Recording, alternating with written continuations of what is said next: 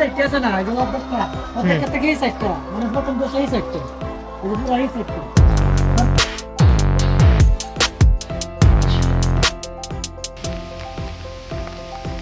আসসালামু আলাইকুম প্রিয় দর্শক, আমি আছি ডাক্তার মনিরুল ইসলাম আপনাদের সাথে, অ্যাসিস্ট্যান্ট ম্যানেজার প্যারাগন গ্রুপ।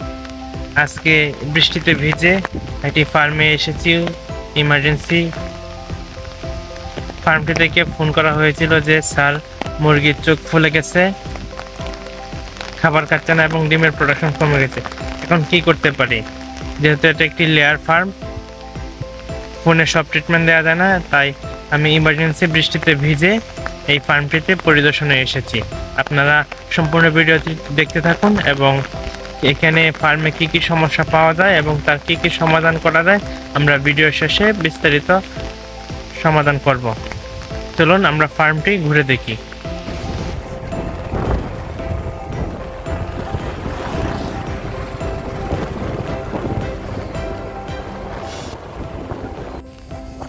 আজকে সকাল থেকে প্রচুর বৃষ্টি হচ্ছে। এই বৃষ্টির ভিতরে ভেজে ভেজে আজকে আমরা ফার্মে যাব। দেখুন কত সুন্দর বৃষ্টি, বৃষ্টিতে মন চাই যেন শৈশবের মতো ভিজে বেড়ায়, কিন্তু এখন তো তা সম্ভব হচ্ছে না। এখন আমাদের ফার্মে গিয়ে মুরগির রোগ নির্ণয় এবং চিকিৎসা প্রদান করতে হবে। দর্শক, আমরা এখন ফার্মটি ঘুরে দেখব এবং ফার্মের তত্ত্বাবধায়কের কাছ থেকে ফার্মের কী কী সমস্যা বিস্তারিত তার কাছ থেকে শুনব। বিস্তারিত শোনার আগে আমরা ফার্মটি এক নজর দেখে নিই যে কী কী সমস্যা আমরা আমাদের দৃষ্টিতে কি খুঁজে পাচ্ছি। আমরা প্রথমেই দেখতে পাচ্ছি যে কিছু মুরগির চোখ ফোলা আছে। মুরগিতে এর আগে 3 দিন ধরে ওষুধ চলতেছিল। এখন আমরা কি অবস্থা তা সরেজমিনে পরিদর্শন করব এবং তত্ত্বাবধায়কের কাছ থেকে এর বিস্তারিত শুনবো। প্রত্যেকটা থেকে এই সাইডটা, মানে প্রথম তো সেই সাইডটা, এই পুরো এই সাইডটা। পরে আমরা হঠাৎ করে এই মুখে আছে না, এই ধুয়ে গেছে, এবার আমার এই মুখটা ফুলে গেছে, চোখ ফুলে গেছে। হ্যাঁ, গার্বে হায় ধুয়ে, ঠিক আছে খান। আর আমি গঙ্গায় আওয়াজ করে, এই আওয়াজ হলো গেরগেরায় আর সর্দির মতো, ঠিক আছে, কাশির মতো, কাশিও মনে আছে। পরে আপনার এই যে খায় না, তো চিন্তা করলাম কি আর বলবো, এইভাবে আমি সব মুরগির আস্তে আস্তে এই দশা ধরে আছে, বুঝছে। পরে আমি বাবা এই ওষুধ আনিয়ে দিচ্ছে, পরে লক্ষণটা মোটামুটি একটু ভালো দেওয়া যাবে, এই যে একটু সঞ্চল দেওয়া যাবে এই সাইডে একটু, সেটিও দেওয়া যায় হালকা পাতলা কারো থাকে, মুখের দিলে আলো থাকে, আগে ছিল সাদা। এইভাবে চোখ বন্ধ করে রাখছো? ওষুধ কয়দিন চললো? 3 দিন। লিটারের এই অবস্থা কেন? লিটারের এই অবস্থা বৃষ্টির লাগে আয়তো কথা, আজকে নেওয়ার কথা, বৃষ্টির লাগে আয়তো।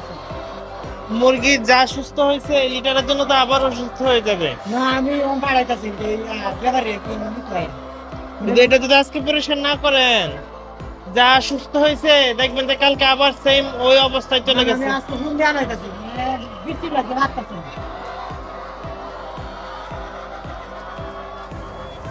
মুরগির উপসর্গ এবং বিস্তারিত জানার পর আমরা প্রাথমিকভাবে নিশ্চিত হয়েছি যে এই ফ্লকটি ইনফেকশাস করাইজা দ্বারা আক্রান্ত। ইনফেকশাস করাইজা একটি ব্যাকটেরিয়া জনিত রোগ।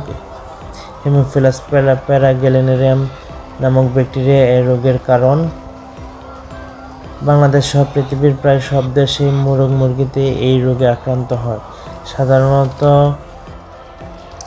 এই রোগের লক্ষণসমূহের মধ্যে অন্যতম হলো নাক দিয়ে পানি পড়া, মুখ ফুলে যাওয়া, গলগম্ব, বিবর্ণ ফুলে ওঠা, খাবার দাবার কমে দেওয়া, ডিমের প্রোডাকশন কমে দেওয়া এবং দীর্ঘমেয়াদী যদি এই রোগে খামার আক্রান্ত হয়ে থাকে তাহলে খামারে এক প্রকার বিশ্রী দুর্গন্ধ সৃষ্টি হয়।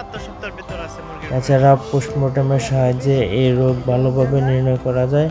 আমরা ভিডিওর বাইরে পোস্টমর্টম করব এবং পোস্টমর্টমের সাহায্যে আমরা এটি চূড়ান্তভাবে নির্ণয় করব যে ইনফেকশাস করাইজা দ্বারা আক্রান্ত হয়েছে কিনা।